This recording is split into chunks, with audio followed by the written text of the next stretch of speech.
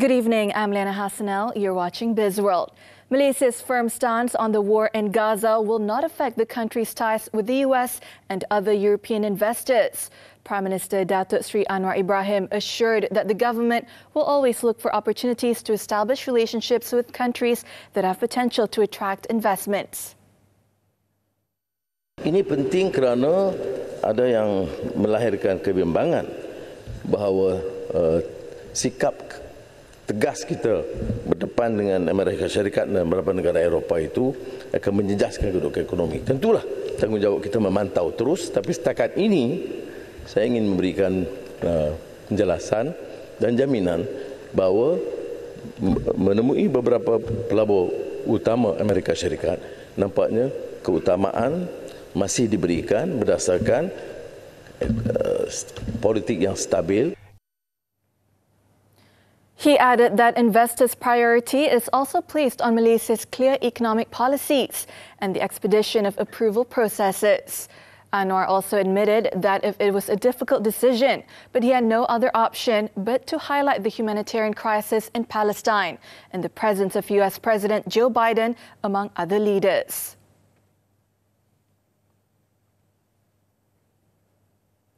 On another matter, the Prime Minister announced on Tuesday that MyDigital ID, the National Identity Management System, has been given an 80 million ringgit boost in attempts to speed the country's digital transformation. Datuk Seri Anwar Ibrahim said the system, which allows access to all government and private digital services, is scheduled to be operational within 3 months. Ada minta supaya Kementerian Kewangan dan KDN menyalurkan 80 juta ringgit minggu depan.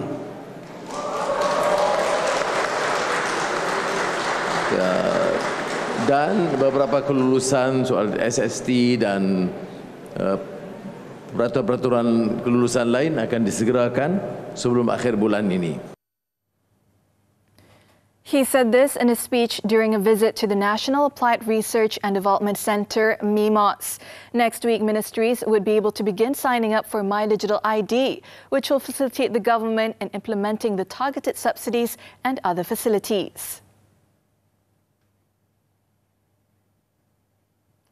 Malaysia-China Digital Economy Cooperation Council, MCDC, is eyeing over 100 billion ringgit in potential investment in Malaysia in 5 years. Deputy Prime Minister Datuk Seri Fadilah Yusof said the Raid Madani initiative showcased China's support following Prime Minister Datuk Seri Anwar's visit to the country in March.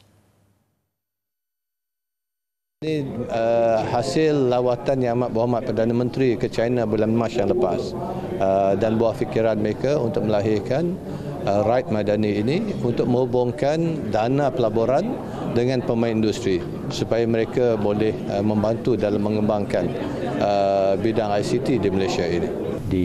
The platform that MCDC provide, we can go to China, work together with them, also to explore the opportunity on the how to grow, tapping on the country's size, the population. Potential collaboration.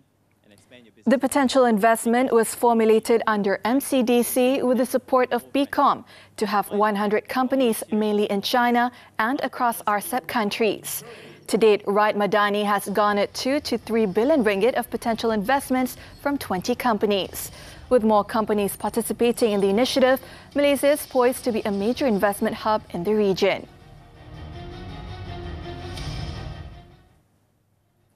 Malaysia's trade prospects face heightened vulnerability against the backdrop of a downturn in the semiconductor sector and slow global growth.